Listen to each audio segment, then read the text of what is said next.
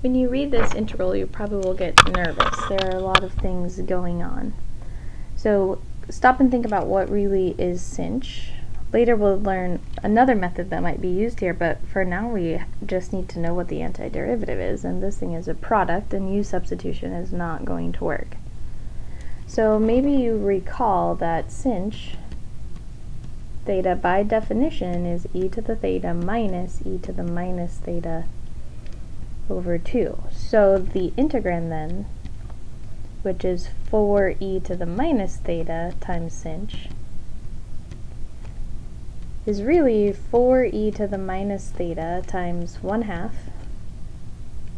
e to the theta minus e to the minus theta. This negative is not in an exponent. It's down here. So in that vein, or in that idea, we could take this term and distribute it through and maybe simplify what we have in terms of theta and then have a simpler integrand to mess with. So let's say 4 times 1/2 is 2. E to the minus theta times e to the theta, e to the minus theta times e to the theta, minus e to the minus theta times e to the minus theta. What does that turn out to be? That's 2 times e to the minus theta times e to the theta is just 1. Negative theta plus theta, and then we have negative e to the minus 2 theta. So we added those exponents. So that integrand, the whole thing, turns out to be just this expression of e. So let's try that as the integral. The definite integral from 0 to the natural log of 2. We did not change variables, we still have theta, we just have the different form, no sinh, of 2 times 1 minus e to the minus 2 theta d theta. To antidifferentiate this, we can pull out the 2 and then talk about the antiderivative of 1 will just be theta. And we need the antiderivative of e to the minus 2 theta. Well, the exponential is his own derivative, so we know we have one of those instances in the antiderivative. But what we don't have is a constant multiplier of negative 2. So we need to peel that off. So let's add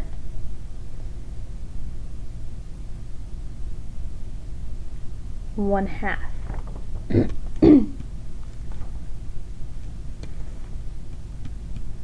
Check it by differentiation, just mental differentiation. If we differentiated this, we'd have negative 2 times positive 1/2 e to the minus 2 theta. This negative 2 and positive half would turn into negative e to the minus 2 theta. That matches this term. That means we got the correct antiderivative. If you're not comfortable with that, use a u substitution. Let u be the exponent, u is negative 2 theta, and make the constant exchange. So that, though, is the antiderivative. We can evaluate this from 0 to the natural log of 2, meaning we have 2 times the natural log of 2 plus 1/2 e to the negative 2 natural logs of 2 minus 0 plus 1/2 e to the negative 2 times 0. With these exponentials, don't forget that we need to evaluate at the lower limit of 0 because e to the 0 is not 0 but 1. So there will be a term that comes from there. Also remember we have to pack this up so we can evaluate.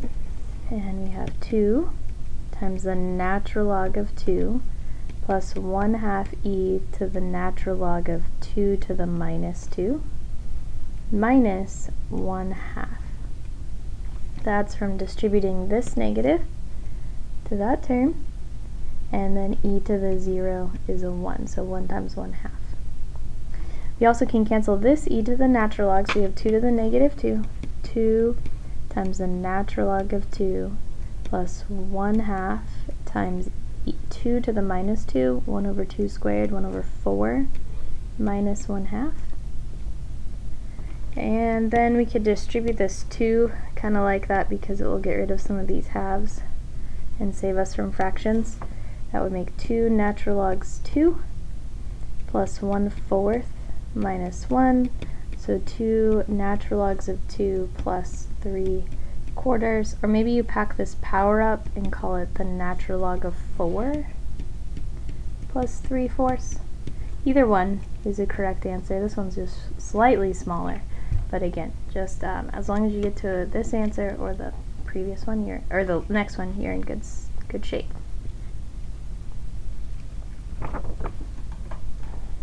Now let's try an application.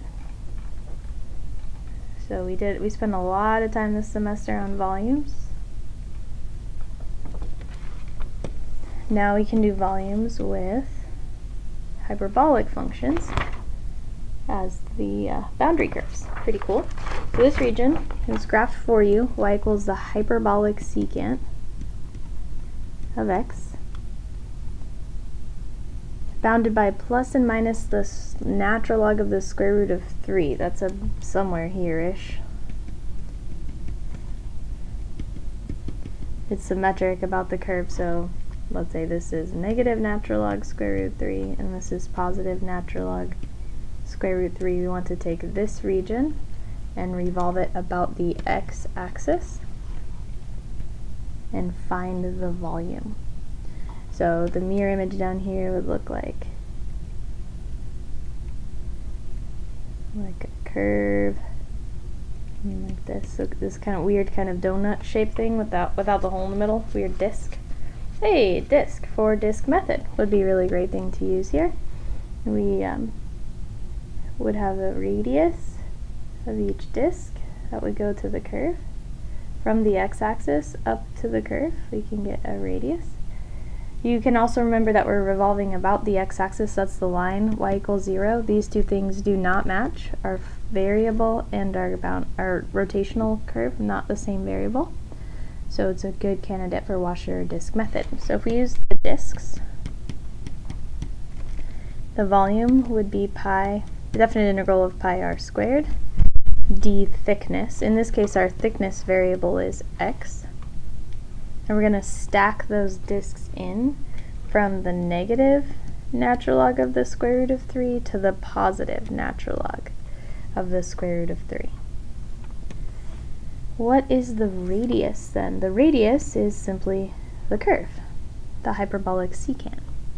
So let's see what we can do with this integral. First thing we can do is multiply it by 2 and change the limits from 0 to positive natural log square root of 3, because the volume of this half of the shape is going to be the same as this half. It's a symmetric shape, so that will make it a little bit easier to integrate. Then we have pi is a constant, put them out there, and r, the radius, is hyperbolic secant, square that of x with respect to x.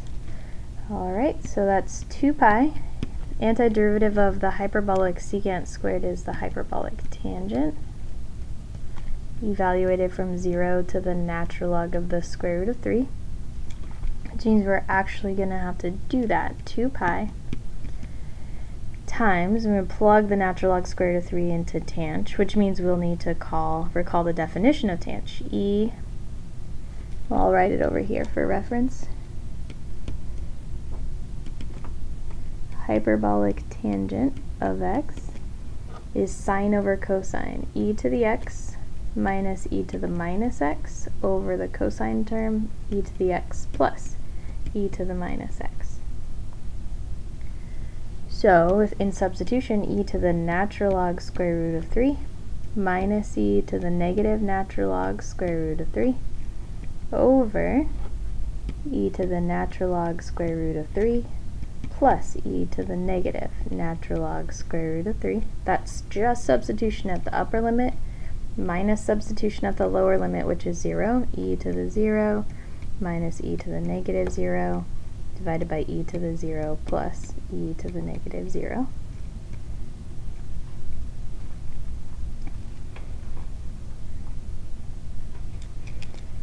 That's 2 pi. And the natural logs cancel, right? Exponential and natural logs are gone, so this guy is square root of 3.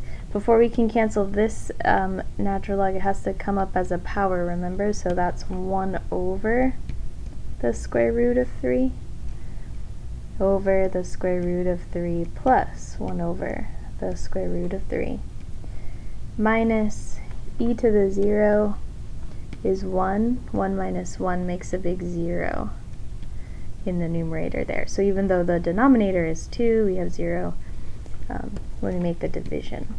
So now we just have this ugly radical thing to deal with. There's a bunch of these square roots. Might hurt your feelings there a little bit. So let's see what we can do with them. 2 pi times the square root of 3 minus 1 over the square root of 3 over square root of 3 plus 1 over square root of 3. We could get a common denominator and then flip and multiply by the denominator once we have a solid denominator, or we can use this nice little trick of just multiply everything by the square root of 3. Every term gets its own square root of 3. That's very fair. We do that to the top and the bottom, so like this one gets multiplied here and there, this one gets multiplied here and there. We didn't change what we actually have, just the form that it's in. So I'm going to finish that bracket. That's 2 pi times square root of 3 times square root of 3 is 3 minus 1, right? Square root of 3 times 1 over square root of 3 is 1. Divided by square root of 3 times square root of 3 is 3. Plus 1 over the square root of 3 times the square root of 3 is 1. So that's 2 pi times 3 minus 1 is 2 over 4, which is just pi. So the volume of that solid of revolution is simply